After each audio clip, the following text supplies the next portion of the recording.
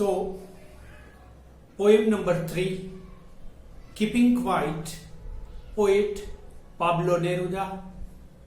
Episode number 2, Standard 12, English. Stanza number 4. Those who prepare green wars, wars with gas, wars with fire, victory with no survivors, would put on clean clothes and walk about with their brothers in the shade doing nothing. So, explanation of the stanza. The poet now speaks of those who wage war against humanity or environment, wars of all kind, including the use of chemicals or poisonous gases, wars that bring death and destruction, wars that leave none to celebrate victory. He says that such men should stop their activity, shed their clothes, stained with the blood of humanity, put on new clothes and walk with their brothers, building brotherhood. The poet implies that the war-torn world should be replaced by one with an atmosphere of peace, brotherhood and harmony. तो यहाँ पर जो हमारा writer है Pablo Neruda, वो समझाने का प्रयास कर रहा है कि जो लोग युद्ध के लिए तत्पर है, जो लोग दूसरे के ब्लड के लिए जी रहे हैं, जो लोग मास डिस्ट्रक्शन में करने के लिए ही तत्पर है, जीते हैं, वही उनका मकसद है।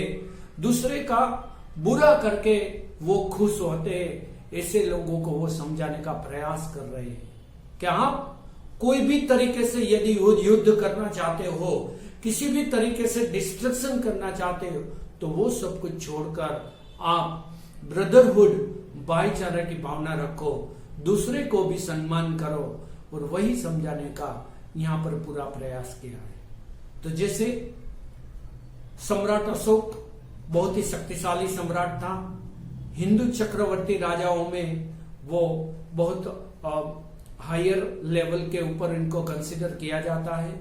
तो जिस तरह से कलिंग के युद्ध के अंदर शाम को युद्ध विराम के बाद जब वो देखते हैं कि बहुत से लोगों का वहां पर ब्लड है, बहुत सी डेड बॉडीज है योद्धाओं की, और वही देखकर उनके अंदर वो पश्चाताप हुआ, रिपेंट उनका स्टार्ट हो गया, और फिर सम्राट अशोक में से वो बुद्ध का फॉलोवर बन गया, पीसफुलनेस उन्होंने एक्सेप्ट कर ली, और वहीं पर ही युद्ध का विराम किया और संन्यास्त बनने की ओर आगे चल गया।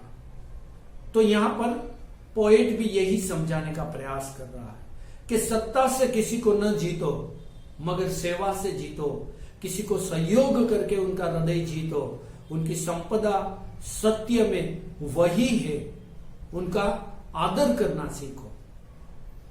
Fifth stanza, what I want should not be confused with total inactivity. Life is what it is about. I want no truck with that.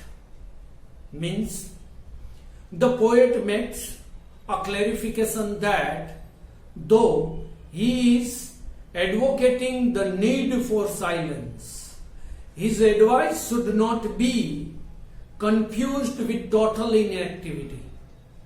He does not want any association with death. He says that life is meant to be lived. जीवन जीने के लिए है। धर्म, सत्ता, संपत्ति, सुख आदि जो उपलब्धियां हमारे जीवन में प्राप्त होती है, वो हमें सही मायने से जीवन जीने के लिए ईश्वर देते हैं, ना कि वो सत्ता से, वो संपत्ति से, वो बाहुबल से हम किसी के ऊपर टॉर्चर करें, हम किसी के दुख पहुंचाए, किसी को हानि पहुंचाए, किसी की संपत्ति को हम हड़प जाए, ये सब करने के लिए ईश्वर हमें सत्ता नहीं देता। संपत्ति और सत्ता दूसरों को सहयोग करने के लिए ईश्वर देता है। वो संपत्ति का सहयोगी वास्तव में ईश्वर की दी गई जो संपदा है, इनका सही नियोजन है। तो यहां पर यही बताने का वो प्रयास कर रहा है। If sixth stanza, if we were not so single-minded about keeping our lives moving, and for one could do nothing, perhaps a huge silence might interrupt this sadness of never understanding ourselves and of threatening ourselves with death. Means, the poet further advises that people should stop being self-centered and selfish. For one moment, they should not think of keeping their lives moving, meeting their ends of fulfilling their duties. The huge silence which will arise from such a moment will only serve to help the people. It will help them introspect and overcome their sadness of failing to understand themselves. People have been threatening themselves with death by their activities. The moment of silence will give them time to understand themselves better. तो वास्तव में in activity की जो बात कर रहे हैं यहां पर हमारे राइटर, वो कर्म से परा होने की बात नहीं कर रहे, वो इनएक्टिव होने की बात कर रहे। माने जो भी गतिविधियां हम करते हैं इनमें थोड़ा रुक जाए।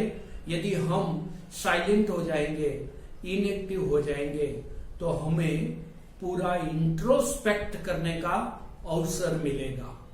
तो हमें हमारे अंदर झांकने का, हमारी जो प्रक्रिया है, जो कार्य पद्धति है, उनको समझने का हमें अवसर मिल जाएगा। और यदि सच्चे मायने में इंट्रोस्पेक्ट हम करेंगे तो वास्तव में ही हमारे अंदर एक रूपांतरण शुरू हो जाएगा, और वही सच्ची क्रांति है। दूसरे शब्द में कहिए तो वो इंडिविजुअल सभी को एडवाइस करते हैं, जिससे कि जग सुधारना ये तो भ्रांति है, स्व सुधारना यही सच्ची क्रांति है। तो यही बताने का कवि का प्रयास है। Stanza number 7 and the last. Perhaps the earth can teach us, as when everything seems dead and later proves to be alive. Now I'll count up to 12 and you keep quiet and I will go. The poet feels that the earth can enlighten us and guide us in this process of keeping quiet. He wants us to observe that there is some activity under apparent stillness. For instance, a seed appears to be dead, but huge fruit-bearing trees are born from such seeds lying dead here and there.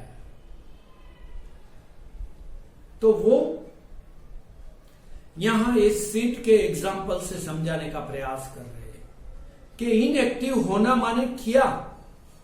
तो वो बताने का प्रयास कर रहा है कि जैसे सीड है वो स्वयं मृत हो गया है, ऐसा दिखाई दे रहा है सभी को, और धीरे धीरे धीरे इसमें से ही अच्छे फ्रूट वाला एक बहुत बड़ा ट्री बनता है।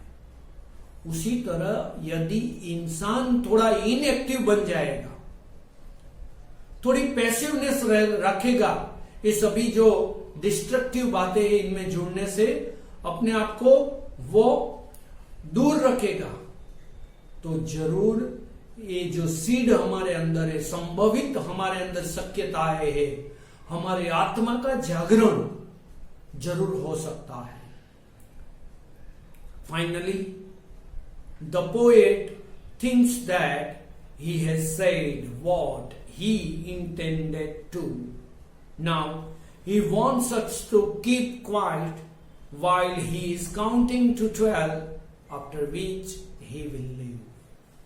और वो फिर से 1 2 3 4 5 6 7 8 9 10 11 and 12 काउंट करते हुए, हमें एडवाइस करते हुए, हमें ये टकोर करते हुए वो कह रहे हैं, इसके बाद मैं चला जाऊंगा, आप अपने आप को, स्वयं को जगाने का प्रयास करना।